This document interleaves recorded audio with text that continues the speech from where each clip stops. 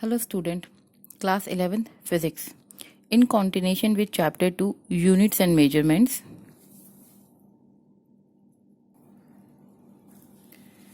we are doing the combination of errors in which error of sum, error of difference, error of product, error of quotient we already have done in our previous video.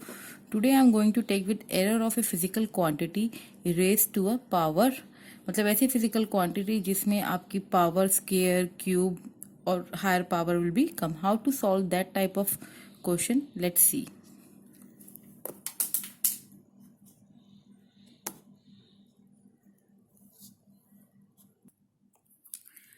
Error in case of measured quantity raised to a power means suppose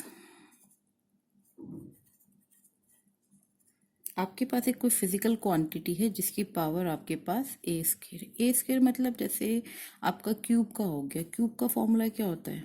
it is L square. ठीक है, like this type of formulas.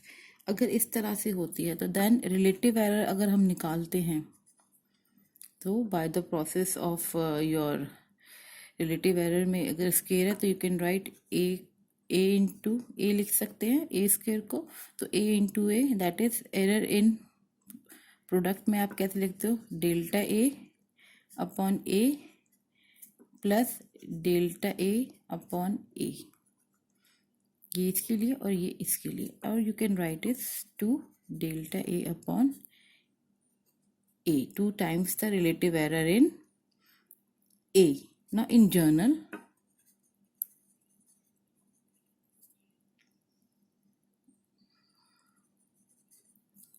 if अगर z कोई quantity हो रही है, a की power p मान लेते हैं, b की पावर q एंड c की पावर r ले लेते हैं. सो इसका रिलेटिव एरर कैसे निकालेंगे? Then of this physical quantity, कोई एक फिजिकल क्वांटिटी है which is form by this formula. तो जहां पर आपका मल्टीप्लीकेशन भी हो रहा है डिवीजन भी हो रहा है, तो in that case we have done the rule for product and quotient के लिए था कितना भी हो आपका वो ऐड में जाएगा. एंड विद दिस रूल यहाँ पे पावर उतने से मल्टीप्लाई हो जाएगी. तो यहाँ पर अगर हम रिलेटिव एरर इन जेड लेते हैं तो it will come p time, जैसे यहाँ पे था स्क्वायर था तो हमने 2 times relative error in a हो गया था. तो ऐसे ही यहाँ पर हो जाएगा p times relative error in a which is delta a upon a. Now since next क्या है आपका यहाँ पे प्रोडक्ट हो रहा है, तो प्रोडक्ट में भी आपका प्लस का साइन आता है. प्रोडक्ट हो या फिर क्वोशिएंट हो प्लस का साइन आएगा. तो इसका भी सॉल्व करिए. तो q times relative error in b plus, अब यहाँ पे डिवीजन हो रहा है तो क्वोशिएंट वाले के अंदर भी हमारा यही रूल था, चाहे वो डिवीजन में हो चाहे मल्टीप्लिकेशन हो, it always relative always come in addition. तो यहाँ पर r टाइम्स पावर आप ऊपर मत ले जाके माइनस मत कर देना, अदरवाइज आपका आंसर रॉन्ग हो जाएगा. तो यहाँ पे r times as it is छोड़िए, r times relative error in c. अगर आपने ऐसे कर दिया p डेल्टा, ये आपका z हो गया, p delta a upon a plus q times delta b upon b, और यहाँ पर आपने माइनस ऊपर ले जाके दिखाया minus r delta c upon c करा, तो ये आपका आंसर गलत हो जाएगा. ये आपने नहीं करना, चाहे वो मल्टीप्लिकेशन हो रहा हो चाहे डिवीजन हो रहा हो, every time you have to add up. Minus r या पावर ऊपर ले जाने की ज़्यादा मैथमेटिकल जो रूल होता है वो आपने नहीं लगाना. यहाँ पे हम एरर्स कर रहे हैं तो according to the rule of quotient तो आपने इसको प्लस ही करना है. And please do not write the power negative में मत लेके जाना ऊपर. अगर पावर आपकी यहाँ पे अगर यहाँ पे नेगेटिव शो करे दैट्स ओके, अदरवाइज ऊपर ले जाके नेगेटिव में आंसर नहीं करेंगे, आपको हमेशा ऐड करना है. ये आपका रूल है, ये आप ध्यान रखिएगा. तो हेंस द रूल क्या बनता है इसका? The relative error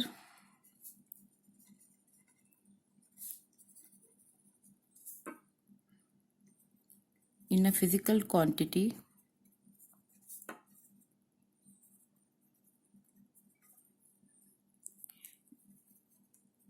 raised to the power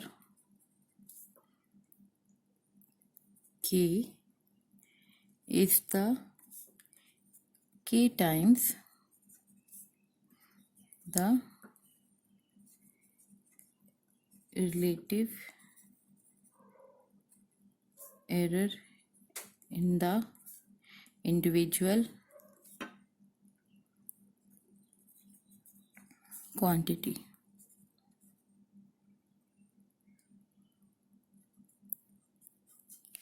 for example मैं आपको एग्ज़ाम्पल है ये 2.11 है, ये एनसीईआरटी का है।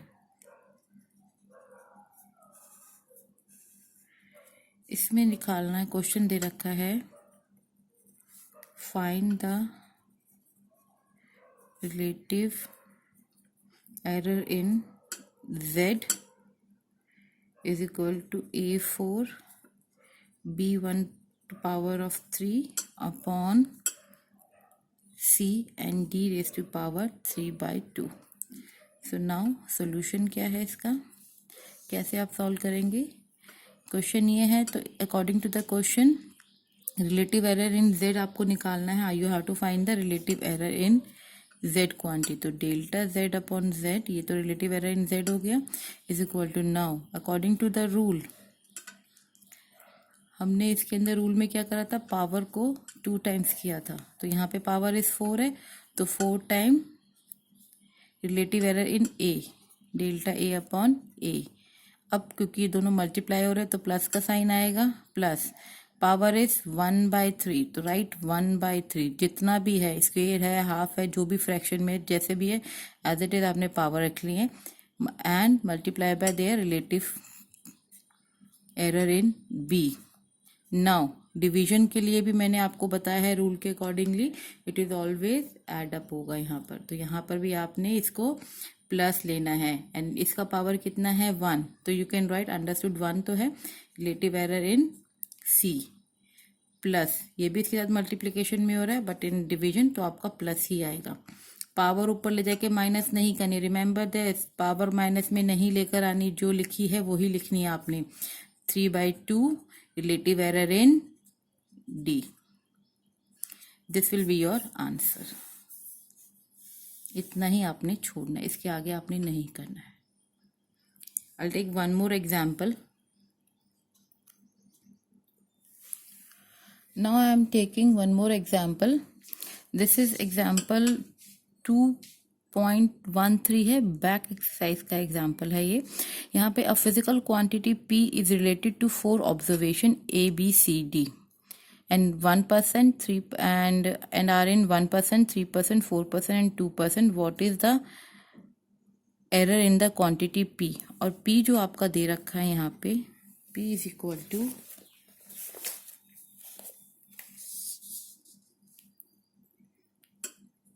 A cube b square upon root c and d। हमें इस फिजिकल क्वांटिटी के अंदर परसेंटेज एरर ऑलरेडी गिवन है, तो what is the percentage error in quantity p, इस p की क्वांटिटी में परसेंटेज एरर आपने निकालना है। तो बाय अप्लाइंग दिस फॉर्मूला, ये फॉर्मूला आप लगाएंगे in the case of measure raise to a power, तो p आपका है p is equal to a cube b cube, c को हम you can write 1/2 and d as it is. तो relative error in p, तो आप जाएगा delta p upon p is equal to 3 times delta a upon a plus 2 times delta b upon b plus half, minus नहीं लगाना, ध्यान रखना, half delta c upon c plus power d की power 1 है, don't take it minus, plus लगाना है हमेशा, तो 1 को एज इट इज रहने डेल्टा d अपॉन d। अब यहाँ पे देखिए क्वेश्चन के अकॉर्डिंगली परसेंटेज इन ए की परसेंटेज दे रखी है 1%, बी की परसेंटेज दे रखी है 3%, सी का दे रखा है 4% एंड डी का दे रखा है 2%। तो हमें क्या निकालना है, what is the error percentage. तो error percentage that means you have to multiply by 100। ठीक है, तो यहाँ पे 100% मतलब ये आपका हो जाएगा 3। अब ये पूरा दे रखा परसेंटेज में दे रखा है, this value is given in, यहाँ पे जो आपको दे रखा है delta A upon A percent दे रखा है 1। यहाँ पे delta B upon B is इतना and delta C upon C and delta D upon D, ये इनकी परसेंटेज वैल्यू से रखिए। तो 3 मल्टीप्लाई बाय ये पूरा percentage value that is multiply by 1 plus 2, इसका दे रखा है आपका 3% प्लस हाफ, सी का दे रखा है 4% प्लस डी इज 1/2 और ये सारा आपका परसेंट में है ये।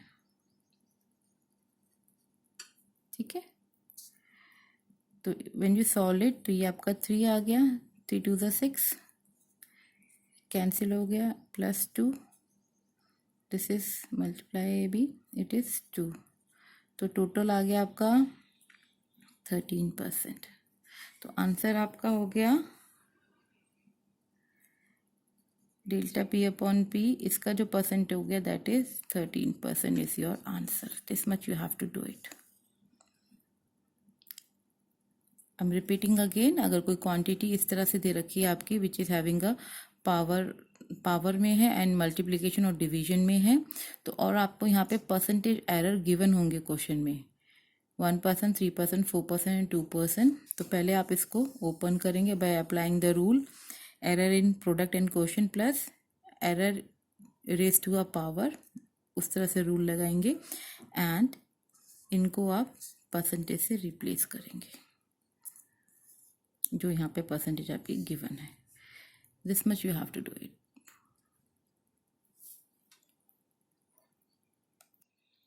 My next topic is significant figures. Let's start. It is a process by which number of significant figures can be reduced as per requirement. Let us take an example. L is equal to 2.6587 centimeters.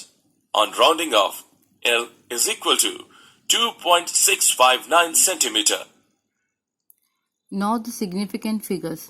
The significant figures, you can see the example. These are, it is defined as the known digits in that measurement. जो भी हमें known digits हैं उनकी measurement करनी. For example, they have taken the 1 centimeter can be written as 1.0 centimeter. It can also be written at up to 2 decimal place 1.00 centimeters and up to 3 decimal place 1.000 centimeters.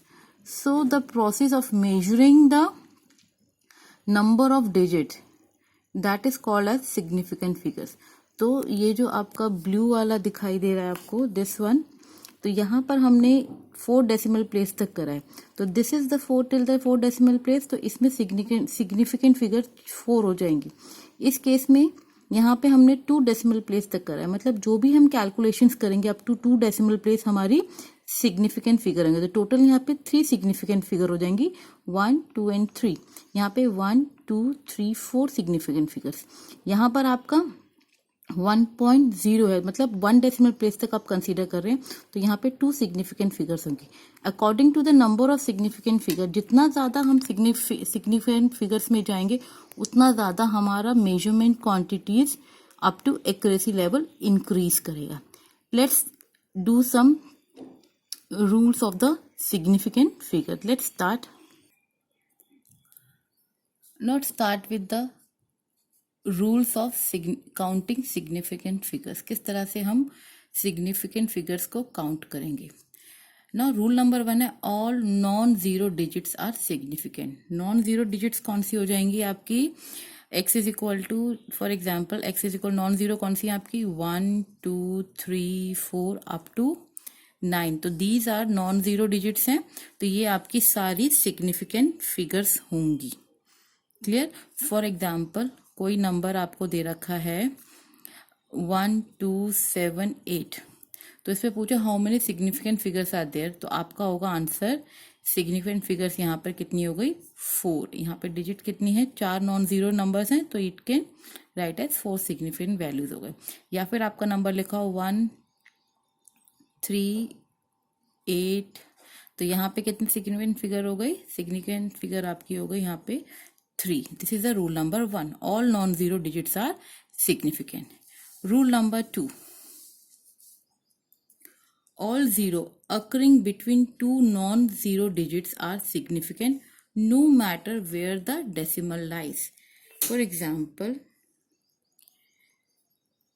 जितनी भी आपकी non zero, all zeros occurring between the two non zero digits, किन्हीं भी दो, अगर कोई example आपका लेते हैं, कोई भी एक नंबर दे रखा है 1007, तो all zero occurring between two non zero digit, ये दो नॉन जीरो डिजिट हैं, इनके बीच में अकर कर रहे हैं zeros, no matter where the decimal lies.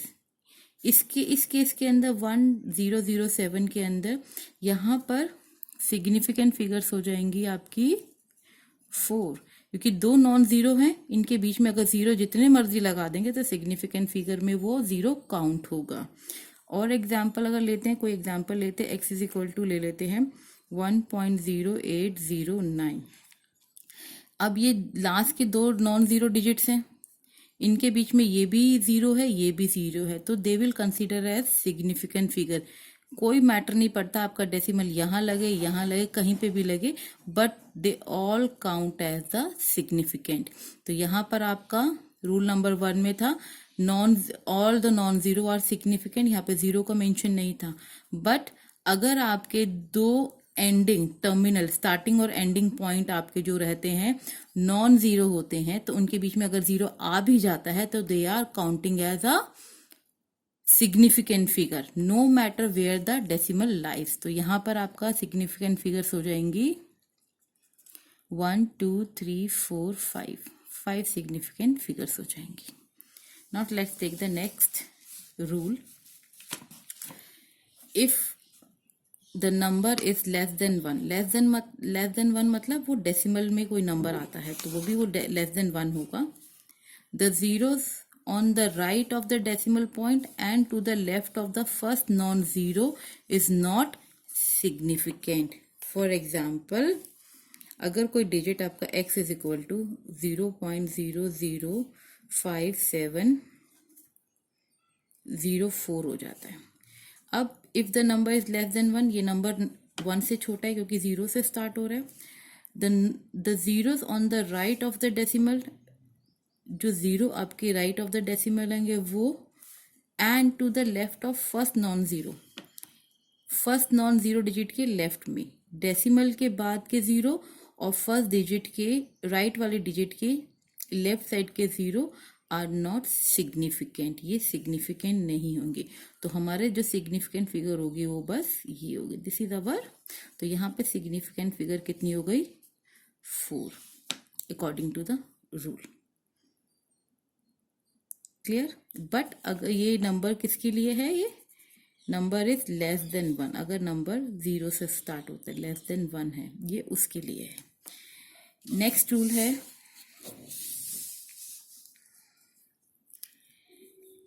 If a number without a decimal point the terminal और the trailing zero are not significant.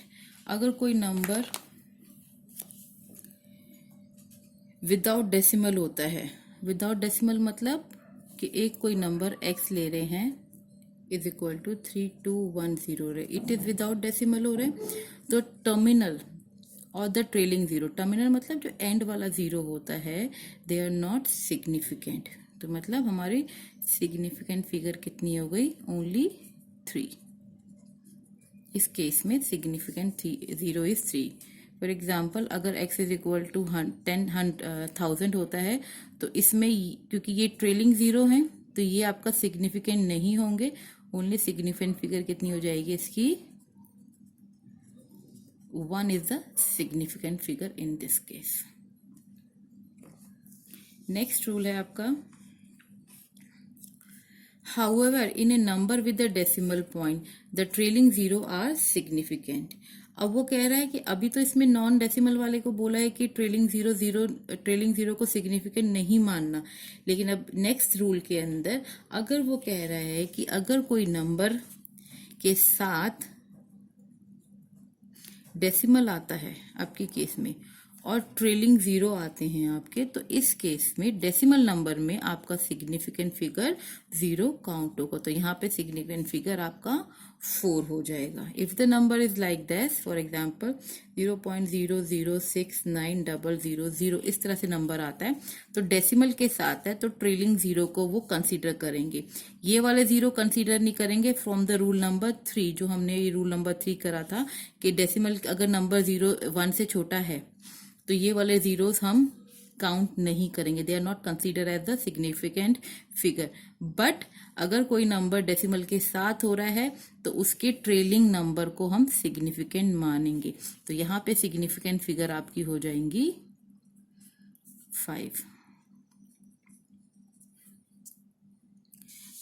Last rule है आपका, The change of unit does not change the number of significant figure in a measurement. अगर आप units change कर रहे हैं और पहले अगर आपके सेंटीमीटर्स में आपकी 4 सिग्निफिकेंट फिगर्स थी और अगर आपको किलोमीटर में कन्वर्ट कर रहे हैं तो सिग्निफिकेंट फिगर्स उतनी ही रहेंगे, they are not going to change in the changing the units of measurement. For example, अगर आप एक एक्स क्वांटिटी कोई है हमारे पास, एक्स हमने मेजर करी है 5.608 सेंटीमीटर से, ठीक है, ये सेंटीमीटर्स में, तो यहाँ पे सिग्निफिकेंट फिगर्स कितनी है आपकी 4 सिग्निफिकेंट फिगर्स है। नाउ अब मैं उसको चेंज कर रही हूँ इन किलोमीटर्स में कर रही हूँ। अगर मैं इसको किलोमीटर्स में कन्वर्ट करूँ तो सेंटीमीटर्स के 2 zero plus metres convert into metres में 2 जीरो और मीटर्स को किलोमीटर में कन्वर्ट करेंगे तो आपके 3 और ऐड करेंगे, टोटल 5 जीरोस, 5 डेसिमल प्लेस हो गया। तो दिस विल, इसको अगर हम रिप्रेजेंट करेंगे इन किलोमीटर्स तो आपका हो जाएगा 0.000568 किलोमीटर्स में रिप्रेजेंट हो गया। इस क्वांटिटी को अगर हम किलोमीटर्स में कन्वर्ट करेंगे तो this will be your answer. तो यहाँ पे सिग्निफिकेंट फिगर 4 थी आपकी, तो यहाँ देखिए कितनी हो गई, according to the rule number 3 decimal zero, ये आपका 1 से छोटा है और इसकी जो डेसिमल की राइट साइड वाले को तो आप कंसीडर नहीं करेंगे लेकिन बाद वालों को कंसीडर करेंगे, तो this will be the significant figure. इस केस में भी आपकी 4 हो गई है। और अगर आप इसको, इस क्वांटिटी को अगर आप mm में कन्वर्ट करते हैं, if you convert it into mm में कन्वर्ट करते हैं तो आंसर आएगा 560.08 इन mm में करते हैं तो अगेन यहाँ पे सिग्निफिकेंट फिगर आपकी 4 ही रहेगी। So the rule is change of unit does not change the number of significant figure in the measurement. आप किसी भी यूनिट में ले जाइए तो जिस भी यूनिट में आपकी जितनी सिग्निफिकेंट फिगर्स थी वो उतनी ही रहेंगी। So I end up the session here. Good day everyone.